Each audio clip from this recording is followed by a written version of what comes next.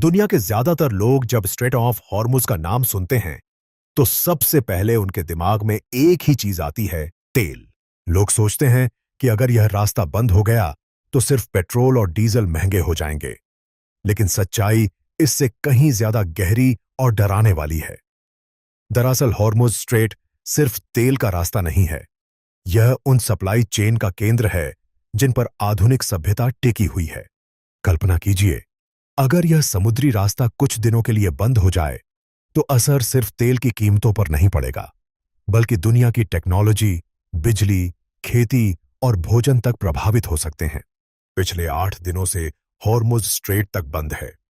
दुनिया भर के लोग टीवी पर तेल की कीमतें बढ़ती हुई देखते हैं और घबरा जाते हैं, लेकिन उन्हें यह अंदाजा भी नहीं होता कि असल खतरा क्या है, क्योंकि इस रास्ते से गुजरने वाली चीजें सिर्फ तेल नहीं हैं, बल्कि ऐसी बुनियादी कड़ियां हैं जिन पर पूरी वैश्विक अर्थव्यवस्था और जीवन निर्भर है।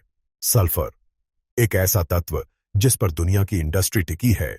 दुनिया में बनने वाले 92% सल्फर का स्रोत तेल और गैस रिफाइनिंग है, और यही सल्फर आगे जाकर बनाता है सल्फ्यूरिक एसिड।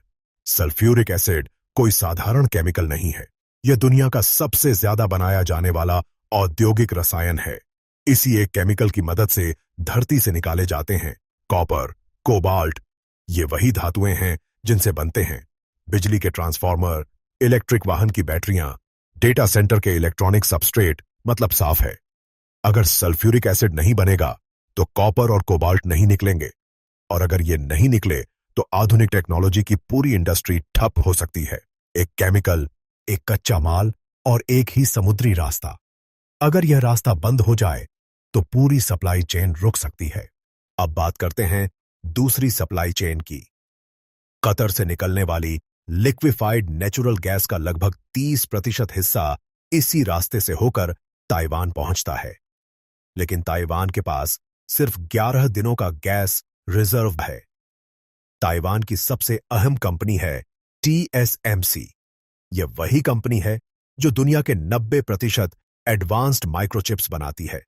और चौंकाने वाली बात यह है कि TSMC अकेले ताइवान की कुल बिजली का करीब 8.9% इस्तेमाल करती है। अब सोचिए, अगर गैस नहीं पहुंची तो क्या होगा? गैस नहीं तो बिजली नहीं, बिजली नहीं तो चिप्स नहीं, और अगर चिप्स नहीं होंगे तो स्मार्टफोन नहीं बनेंगे, AI सर्वर बंद हो जाएंगे, सैन्य उपकरणों का उत्पादन रुक जाएगा। मतलब आधुनिक टेक्नोलॉजी की पूरी दुनिया रुक सकती है। तीसरी और सबसे खतरनाक सप्लाई चेन है भोजन, जो सीधे इंसानी जीवन से जुड़ी है। दुनिया में बनने वाले नाइट्रोजन फर्टिलाइजर के करीब 33% कच्चे पदार्थ इसी रास्ते से गुजरते हैं।